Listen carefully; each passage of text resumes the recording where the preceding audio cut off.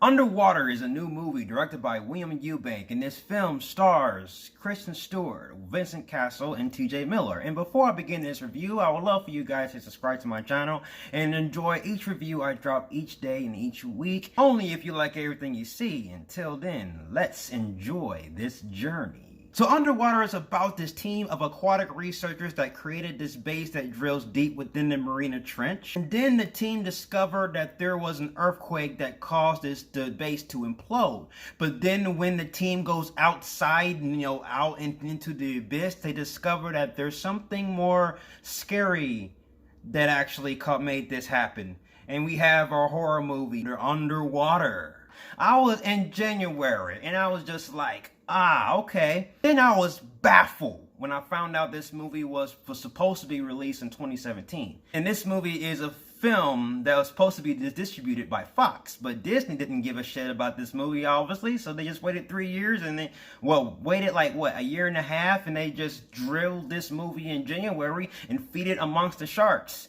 How ironic, because I was going into this movie thinking it's going to be bad, but actually this movie was good. I had to talk about the pros in this movie. Kristen Stewart was one of the best highlights in this movie. I mean, I really did like her character. She was like she was the main character in this movie, so of course you're going to like her, but I gotta say that she really gave out a good performance. Now, those of you Kristen Stewart haters that's watching my video, she actually has trying to outgrow, the stereotype of her her being Bella. I think she has broken that role. She is a great actress, and I feel like she should play Catwoman. I think you do. Back it. What?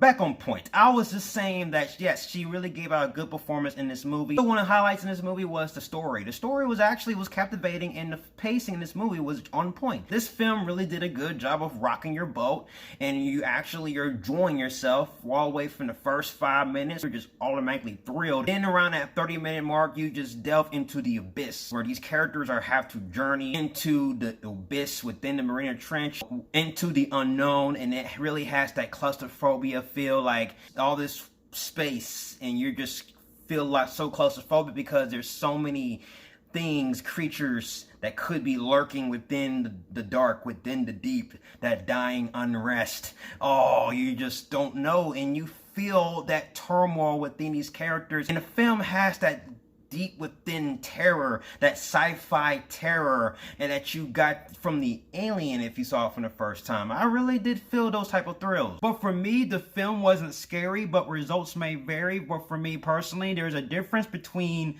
being scary on a ghost level and being scary on, like on the underwater creature scenario. Like there's levels to this shit when it comes to scaredom. Like if it's like sci-fi or anything like that, I won't get scared. But if it's like ghosts or something like that, well, possibly, it's a possibility I might get scared. I'm not saying the jump scares didn't really work. Well, it didn't really work for me, but I'm just saying it's just results may vary. And the film has had some similarities to a few other films. I would say like Life, Pandorum, and also Alien. I feel like I had a vibe from those three films put together. So if you're a fan of those three films, I think you should definitely check out this movie. I think you'll be a fan of this movie. This was an interesting movie that I actually was like, okay, I'm really thrilled. I was really entertained, and I'm just like, okay, I'm getting my money's worth. Outside characters were decent in this movie. They had good qualities to them. They all had different set of skills. Also, a surprise character that I didn't really have a huge problem of,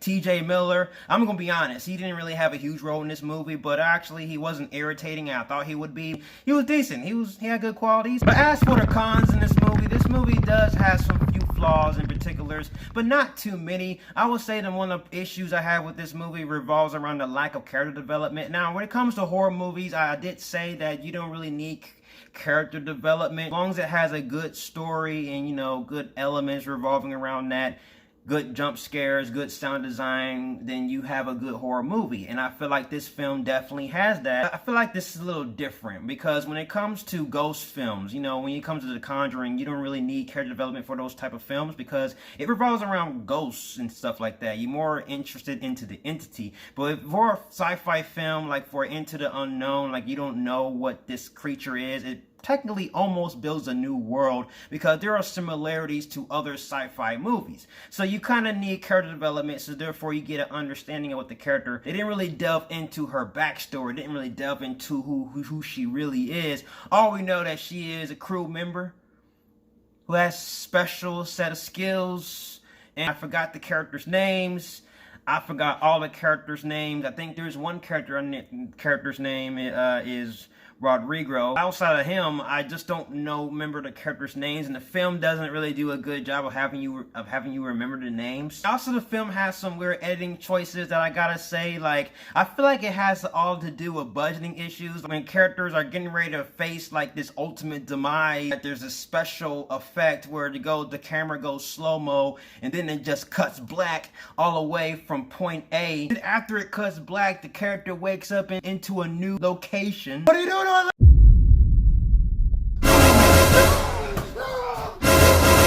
But I feel like that was only because of budgeting, you know. I feel like that was budgeting. They didn't have time to show how they got all the way from point A to point Z. They just want to skip a few alphabets just to get there. I'm just like shocked, and I had more of a good time with this movie and a good thrill. So I gotta say, this movie definitely deserves a Michael Keaton Batman. Yes. This movie definitely deserves a Michael Keaton Batman. I actually enjoyed myself. This film needed more character development, and also the film was predictable, especially the screenplay. So that was one of my issues with it that prevented me from giving it a higher rating than an average rating. But still, it was a good time and a good experience and a good fun time, good popcorn flick. But I wouldn't recommend spending it like full price. Probably spending it like on a Tuesday or something like that. So yes, that's my review of Underwater. And if you like everything you see and you agree, subscribe to my channel and join me in the Batman family. I will have more Batman-tastic reviews in the way.